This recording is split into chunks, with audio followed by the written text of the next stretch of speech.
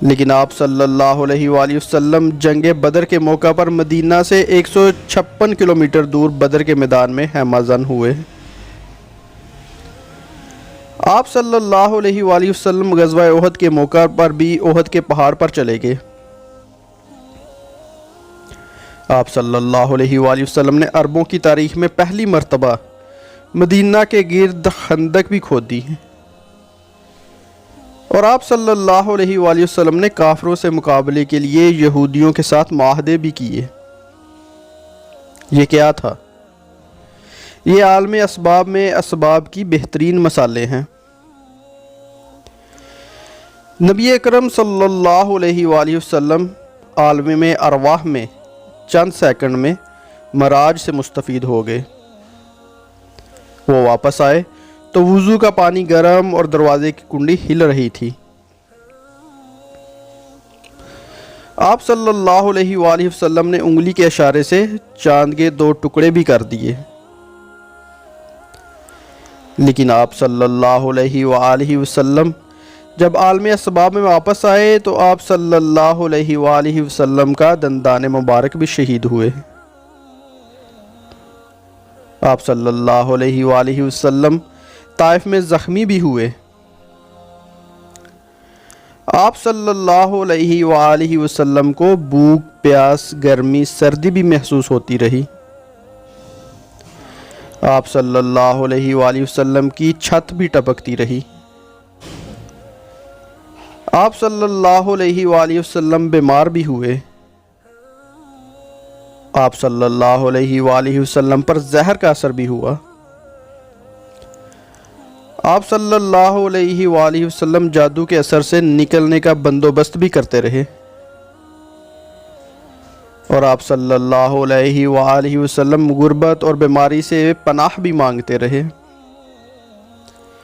یہ عالم اسباب کے وہ سبب ہیں جن سے کوئی ذی روح آزاد نہیں ہو سکتا۔ آپ اگر وجود رکھتے ہیں، آپ کی گردن پر اگر سر موجود ہے اور آپ اگر سانس لے رہے ہیں، تو پھر آپ نبی ہوں، ولی ہوں یا پھر عام انسان ہوں، آپ عالم اسباب کے تمام اسباب کے محتاج ہیں۔ آپ کو پھر مینار عیسیٰ علیہ السلام سے اترنے کے لیے بھی سیڑھی کی ضرورت پڑے گی۔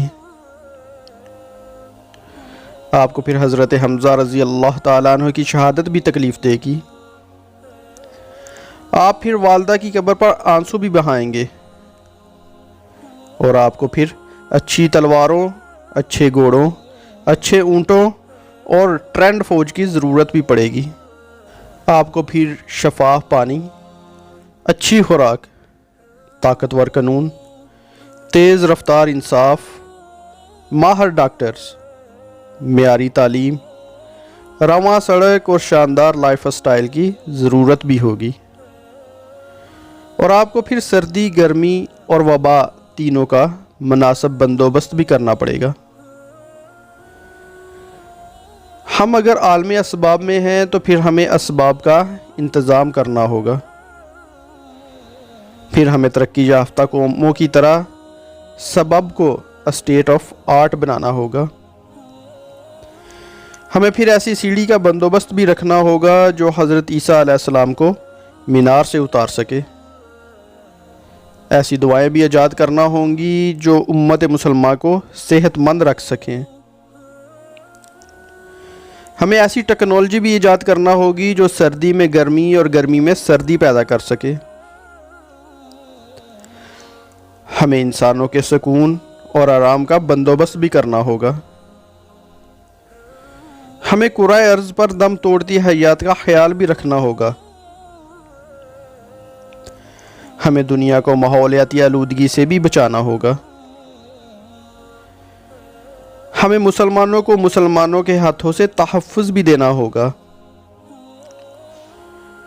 اور ہمیں یہ بھی ثابت کرنا ہوگا مومن اسباب کی دنیا میں بھی دنیا کو اپنے برابر نہیں آنے دیتا۔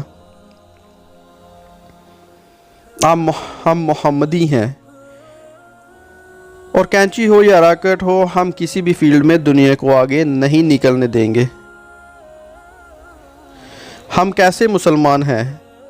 ہمیں اللہ تعالیٰ نے اسباب کی دنیا میں بھیجا لیکن ہم اسباب ہی سے منہ موڑ کر بیٹھ گئے۔ اس امت کو کون بتائے گا، انسان اس عالم اسباب میں سبب کے بغیر بے سبب ہو جاتا ہے، اور بے سبب لوگ دنیا اور آخرت دونوں میں مار کھا جاتے ہیں۔ آپ کو یقین نہ آئے تو آپ حلب، عراق، شام، فلسطین کے مسلمانوں کو دیکھ لیجئے۔ یہ لوگ اگر عالم اسباب میں اسباب کے مالک ہوتے تو کیا دنیا ان کی طرف میلی آنکھ سے دیکھتی؟ اللہ کے لیے آپ مسلمان ہو تو آپ عالم اسباب کو عالم اسباب مان کر اسباب کا بندوبست کرو، ورنہ دنیا آپ سے جینے کا حق تک چھین لے گی۔ جزاکم اللہ خیر۔